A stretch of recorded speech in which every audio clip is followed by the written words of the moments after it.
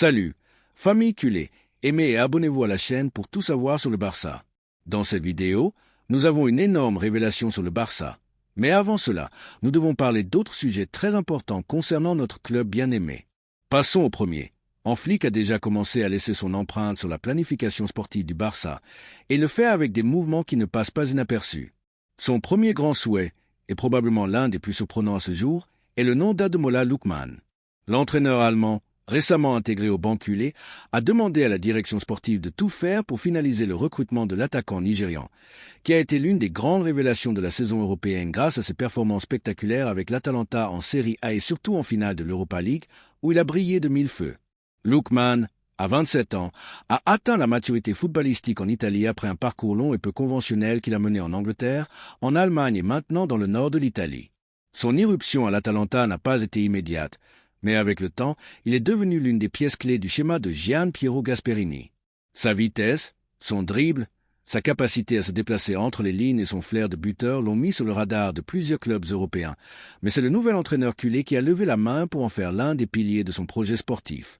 Flick en est convaincu, il ne veut pas attendre que le marché se complique.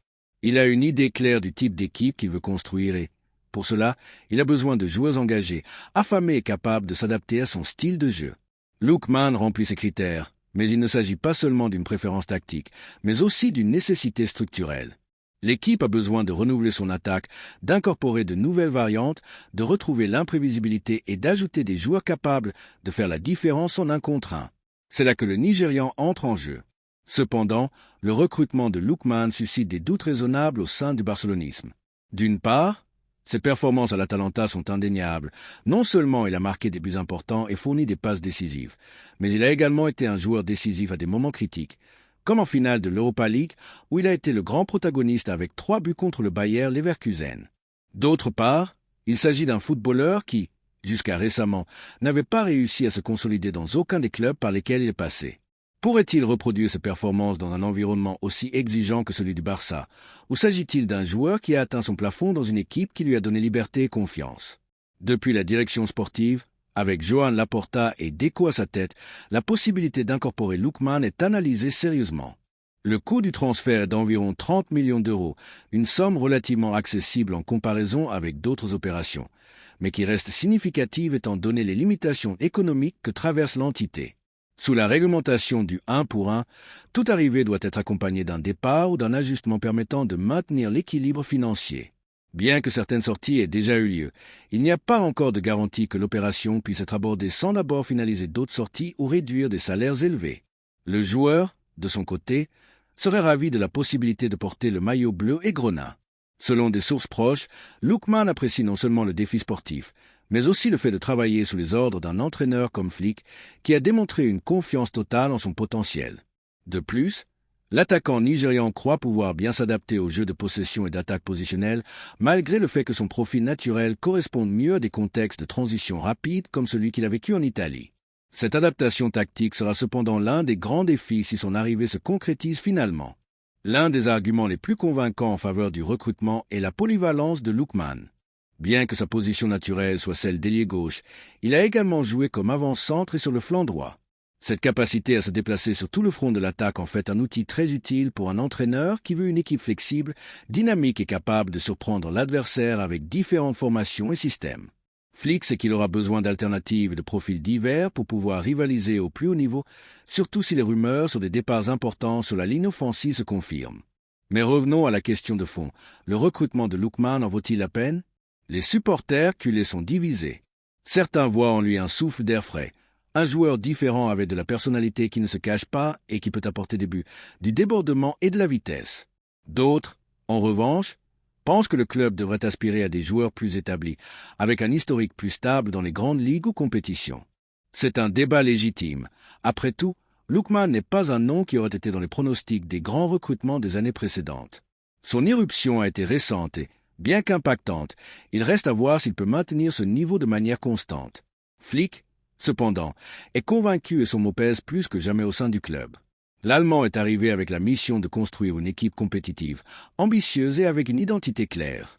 Il ne s'agit pas de faire des recrutements pour le simple fait de les faire, ni d'accumuler des noms médiatiques sans sens, mais de former un effectif équilibré qui se complète bien et où chaque pièce a une fonction claire. Dans ce schéma, Lookman a sa place. C'est un joueur de performance immédiate, avec un âge idéal et une trajectoire ascendante. Est-ce le type de recrutement dont l'équipe a besoin, ou préférerait-il miser sur un autre profil, peut-être plus jeune ou avec plus d'expérience dans l'élite? Pense-t-il qu'un projet cohérent avec les aspirations du club est en train d'être construit, ou y a-t-il encore trop d'inconnus à résoudre? Ce qui semble clair, c'est que Flick ne se contentera pas de ce qui existe déjà. Il veut une équipe compétitive et, pour cela, il a besoin de renforts, pas nombreux, mais précis. Dans cette logique, Lookman pourrait être l'un de ces recrutements de profils moyens qui finissent par faire la différence. Ce ne sera pas une opération simple, mais si le club parvient à libérer la marge nécessaire et à avancer dans les négociations avec l'Atalanta, l'arrivée du Nigérian pourrait devenir l'un des mouvements les plus importants de l'été. Le chemin n'est pas exempt d'obstacles, la compétition pour le joueur n'est pas mineure. Depuis l'Angleterre, on a déjà parlé de l'intérêt de clubs de la Premier League qui pourraient offrir des conditions économiques supérieures. Cependant, la carte du Barça conserve un poids spécial. Le projet sportif, le style de jeu, l'histoire du club et la possibilité de faire partie d'une nouvelle ère peuvent s'avérer décisifs pour convaincre le joueur. Maintenant, c'est au club de décider, mais aussi aux supporters. Que pensent les culés de ce pari sur un joueur comme Lookman? Est-il le revitalisant dont l'attaque a besoin, ou est-ce un pari trop risqué? Le débat est ouvert et l'avenir de l'équipe aussi.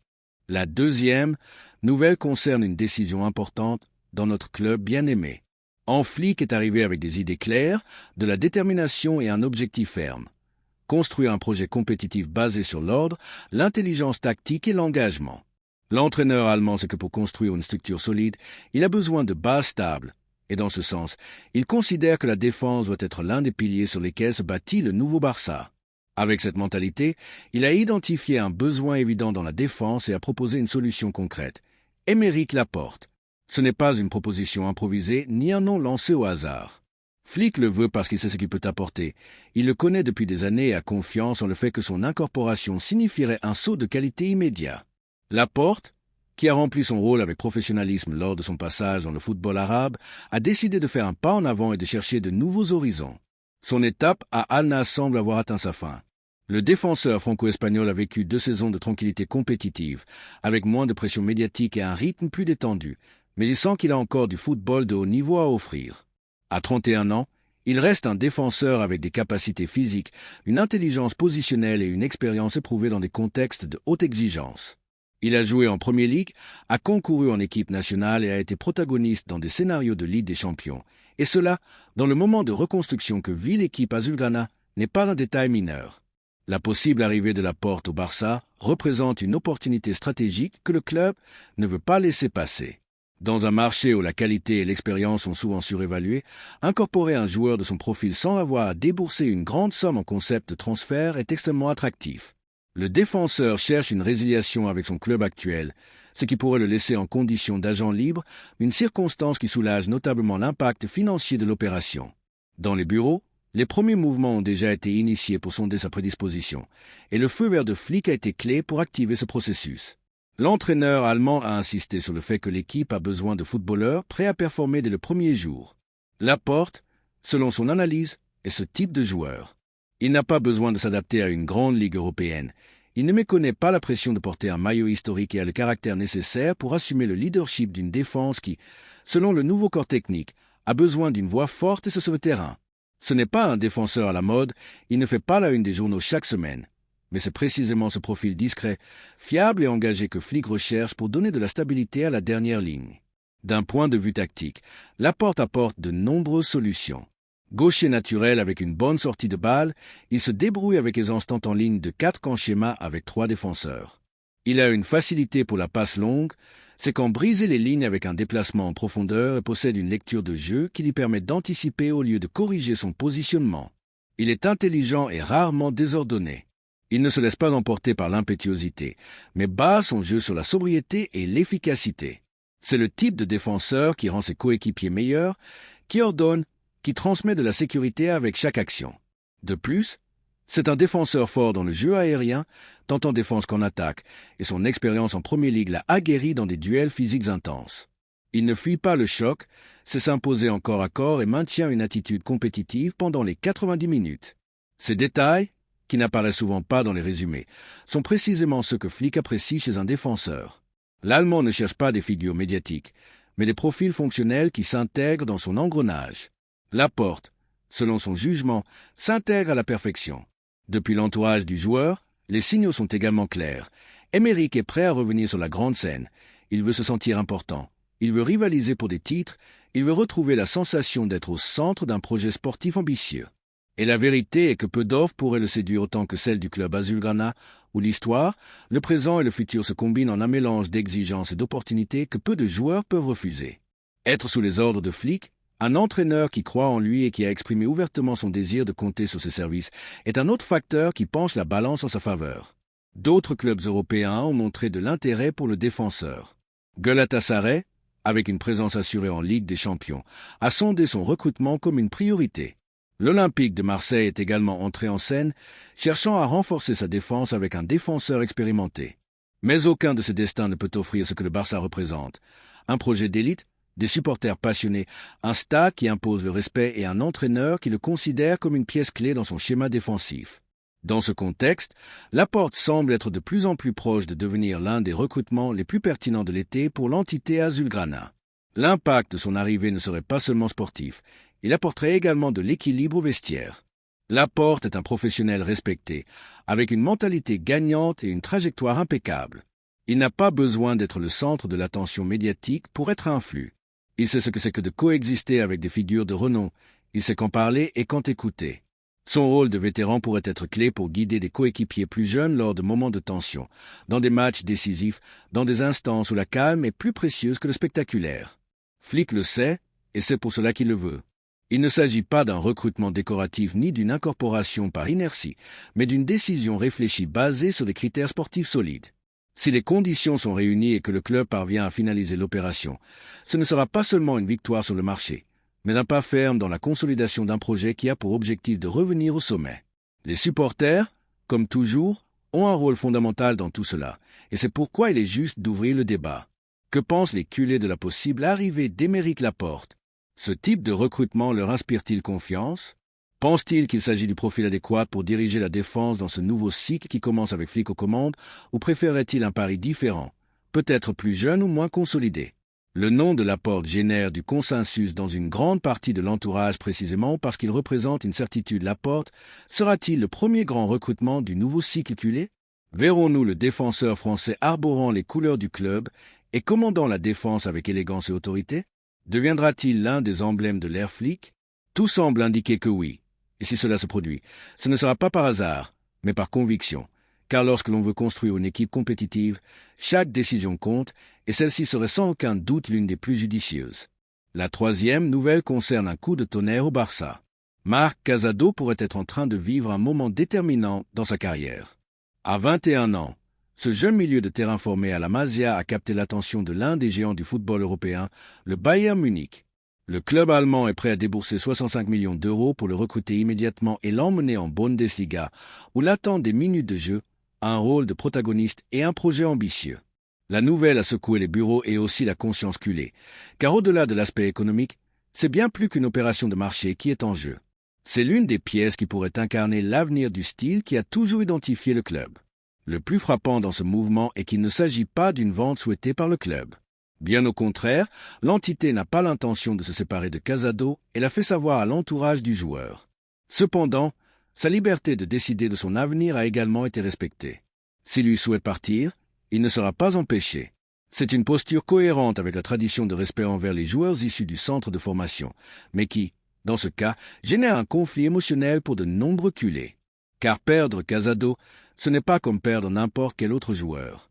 C'est perdre quelqu'un qui représente l'effort silencieux, le talent sans fanfaronnade, la persévérance, la discipline et, surtout, l'engagement envers une manière de comprendre le football qui se voit de moins en moins. Depuis l'Allemagne, le Bayern a les idées très claires. Ce n'est pas un pari quelconque.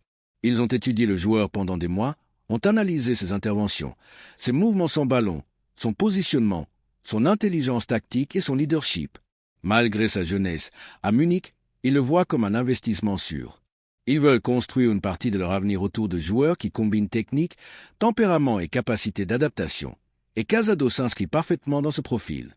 C'est un milieu de terrain moderne en termes de lecture de jeu, mais classique dans son engagement et son sens du collectif. Le type de joueur qui rend toujours, même s'il n'apparaît pas en première page. Cet intérêt n'est pas né du jour au lendemain. Depuis des mois, des recruteurs du club bavarois ont assisté à des matchs où Casado a eu des minutes avec l'équipe première. La confiance croissante qu'Hansi Flick lui a accordée n'est pas passée inaperçue pour les techniciens du Bayern, et c'est précisément cette participation croissante qui a impulsé l'offre. Une proposition ferme, ambitieuse et tentante, non seulement sur le plan économique, mais aussi pour le rôle qui lui est promis. Casado n'irait pas au Bayern pour apprendre, mais pour jouer, pour assumer des responsabilités. Pour grandir, oui, mais depuis le devant de la scène. Pendant ce temps, au club règne un mélange d'inquiétude et de frustration. Casado est profondément apprécié. Son départ n'est pas souhaité. Flick a expressément demandé sa continuité. L'entraîneur le considère comme un footballeur capital dans son idée de jeu, quelqu'un capable d'apporter équilibre, sens positionnel, pose et engagement.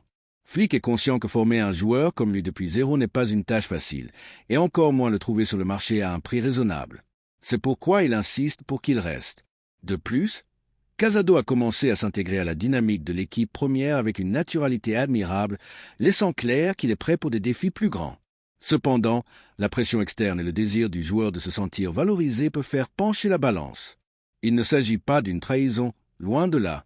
Casado n'a pas exigé de partir, il pèse encore la situation, mais il a devant lui une opportunité sportive que peu refuseraient. Jouer dans l'un des grands d'Europe avec un contrat important et un rôle pertinent n'est pas quelque chose qui se présente tous les jours. Et parfois, lorsque la porte s'ouvre, elle ne se rouvrira pas. C'est là que surgit le véritable dilemme pour les supporters culés.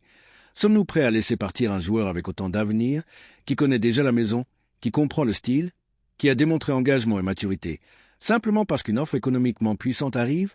Ne devrions-nous pas, en tant que club, faire un effort pour le retenir, lui montrer qu'ici aussi il peut grandir, qu'ici il a un rôle à jouer dans la reconstruction du projet? La vente pour 65 millions peut sembler, de l'extérieur, une opération brillante, presque inévitable dans un contexte où les grands clubs européens paient des sommes astronomiques pour de jeunes promesses et où tout revenu supplémentaire aide à équilibrer les comptes. La tentation est forte, mais la valeur de Casado va au-delà des chiffres. Son départ laisserait un vide difficile à combler, non seulement pour ce qu'il offre sur le terrain, mais pour ce qu'il représente en dehors. Nous parlons d'un jeune qui a gravi tous les échelons possibles, qui a accepté chaque rôle, aussi petit soit-il, avec humilité, qui ne s'est jamais plaint, qui a attendu son moment et qui, lorsqu'il est arrivé, a répondu présent. C'est un profil qui se fait rare dans le football actuel, où beaucoup de jeunes pressent pour partir s'ils n'ont pas de minutes immédiatement. Casado n'a pas fait cela. Il a travaillé, il a obéi, il a cru au processus. Le perdre maintenant ne serait pas seulement une erreur sportive, ce serait aussi une défaite symbolique, car c'est le type de joueur qui devrait servir d'exemple pour les plus jeunes, le miroir dans lequel se regarder. S'il part juste au moment où il commence à se consolider, quel message envoie-t-on aux autres? Que se former ici ne garantit rien, que ceux qui montent depuis le bas doivent chercher leur avenir ailleurs parce qu'ici, ils n'auront pas de place. Et c'est qu'il y a quelque chose qui fait particulièrement mal dans tout cela. Pour la première fois depuis longtemps, un joueur issu du centre de formation qui réunit toutes les qualités pour triompher dans l'équipe première semble avoir un pied dehors.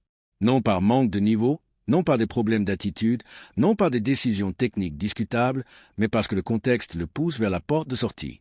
La balle est maintenant dans le camp du joueur, et lui, avec la maturité qui le caractérise, prendra la décision qu'il considérera meilleure pour sa carrière. Mais c'est aussi le moment pour le club d'agir, pour que les supporters fassent entendre leur voix, pour que nous ne laissions pas passer l'opportunité de construire un avenir où nos talents ne rêvent pas de partir, mais de rester et de triompher ici. Toi, culé, nous te posons directement la question. Que penses-tu de ce possible départ? Accepterais-tu une vente pour 65 millions, ou préférerais-tu que tout soit fait pour le retenir? Ton opinion compte, car à la fin, les joueurs passent, mais le sentiment demeure. Et des décisions comme celle-ci se mesurent aussi à ce qu'elles signifient pour l'âme de ce blason.